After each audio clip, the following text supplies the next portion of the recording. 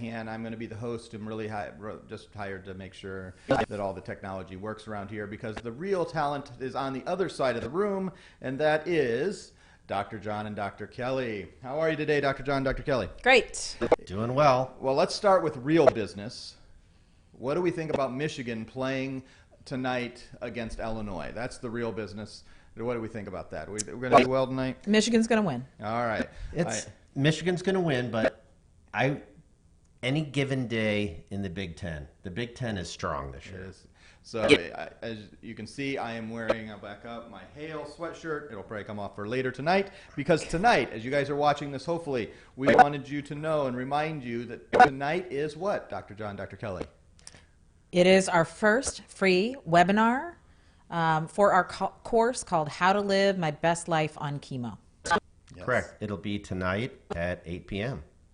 And we would love it if you would please register for that. If you're interested at all in learning more about how to live your best life on chemo, or you have friends or family that have gone through chemo, or you just are mildly interested about what we're going to say, you can register. We'll put the link in the comments, or if you're watching this live right now, I don't have a computer in front of me, but if you scroll down a couple of posts, you're going to see a post from yesterday with an invitation from Dr. John, Dr. Kelly for tonight's webinar at 8 p.m. Eastern Time. And we're going to be live on Zoom. You'll get a link that you can do that, and you can join in. That's where we're going to be monitoring most of the questions. We'll also be simulcasting to here, just because we can, and to our YouTube channel. But I wanted to jump in today, and we're going to ask Dr. John, Dr. Kelly, can you tell us why in the world, when you have all the choices to do all kinds of things, why did you choose to get involved in oncology? You want me to go first, or you want to go first? It doesn't matter to me. You go. Well, mine's going to be a little different than Dr. Kelly's. I was exposed to oncology from a very, very young age. My father was one of the founding members of the Society of Gynecologic Oncology.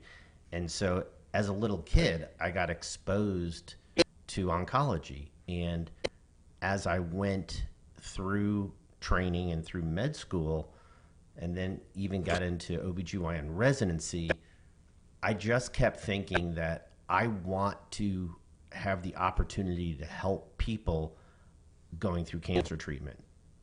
Why? Because there's so much to learn, there's so much to help people with, and at the same time, you get this continuity of care that is different than with other fields. For me, my exposure to medicine in general was not when I was being raised. My family was not in medicine, but my father always encouraged me to think about medicine, and I didn't even really know what medical training entailed, and I didn't even know what all the options were. But when I decided to go into OBGYN, I did that because I loved delivering babies. But then I did rotations for oncology, GYN oncology, and that is when I was amazed by a couple of things. Number one, it was challenging. There was so much to learn, and every patient's situation was different. I enjoyed the surgical aspect. I enjoyed learning about how we treat the cancers. But one of the things that I loved the most was the fact that patients were amazing and taught me so much. Their strength was amazing, their hope, their fortitude, their caregivers were amazing to me. And I was forever changed by my mom's own cancer diagnosis. Mom passed away a couple of years ago, but during my training was when she was diagnosed with breast cancer. And I was on the other side of that doctor-patient relationship.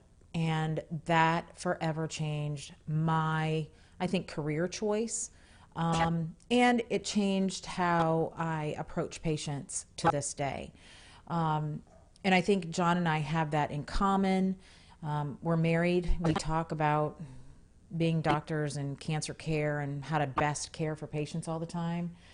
And we spend a lot of time focusing on perfecting that doctor-patient relationship and trying very hard to understand what it's like to sit on the other side.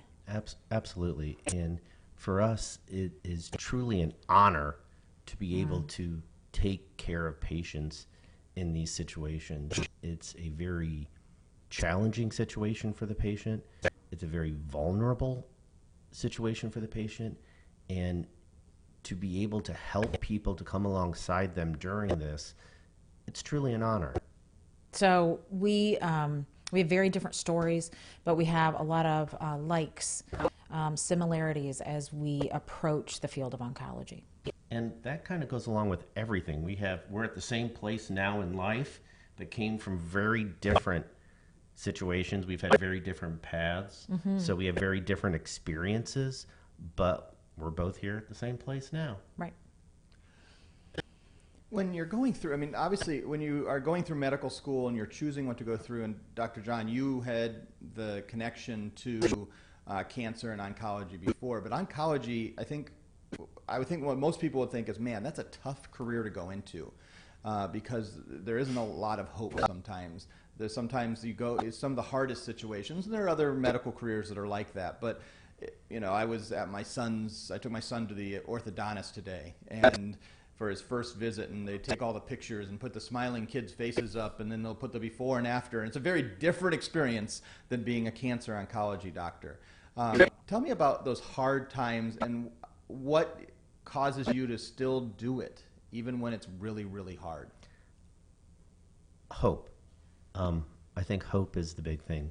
And the same reason why we're doing the course that we're writing, the ability to maximize, to optimize the days patients have, whether they're dealing with chemo, whether it's radiation, whether it's surgery, whether it's they've decided they're not going to do anymore and they're moving towards palliative care. It's to optimize and maximize the best days that they can have. And I did a lot of oncology rotations. I even did pediatric oncology when I was a med student. And I actually even loved that because you get to work with people who have an amazingly strong fighting spirit.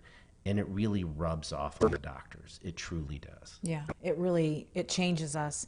I think another thing that really, really drives both of us is our faith.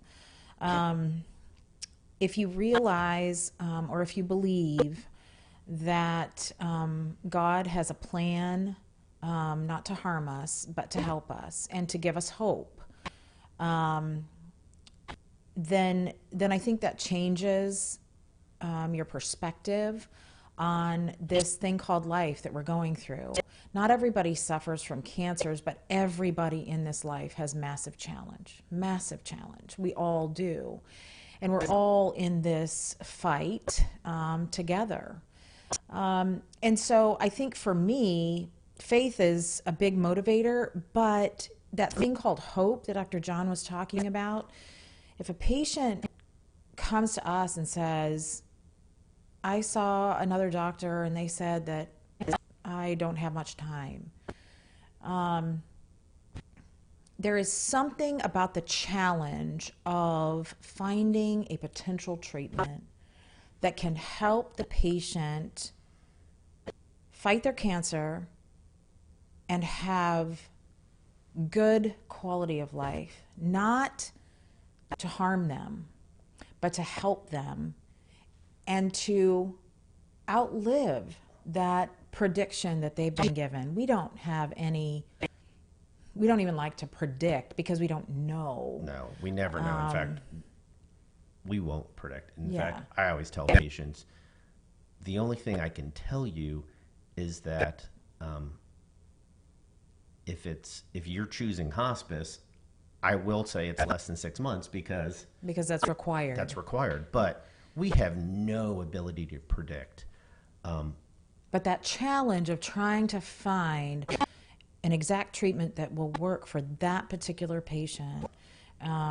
While giving them good quality of life. While helping them to feel the best that they can feel in their particular situation, that is something that drives me. Yeah, absolutely. It Yeah. drives both of us, as well as faith, without Yeah. a question. Well, on behalf of all the patients, it's been interesting as we're getting ready to launch. A lot of your former, current patients that are engaging with you are very thankful for the way you treat and bring hope to their lives in often a very difficult and probably the hardest situations they've ever been in. And I think that is important as we launch this first course for MG Wellness. Tonight we're going to be talking about this course. We're going to be giving an overview, how you can be involved, how you can gift it. There's all kinds of things you're going to learn. So Dr. John, Dr. Kelly, why don't we do one last invitation for tonight, what they should expect, and then we'll sign off for one last live before we do the webinar tonight. We want you to join us tonight, if you can at all, for a free webinar at 8 p.m. Eastern. We're going to give an overview of our course, How to Live My Best Life on Chemo. All right. On that, we'll say goodbye. See you tonight. Talk to See you at later. 8.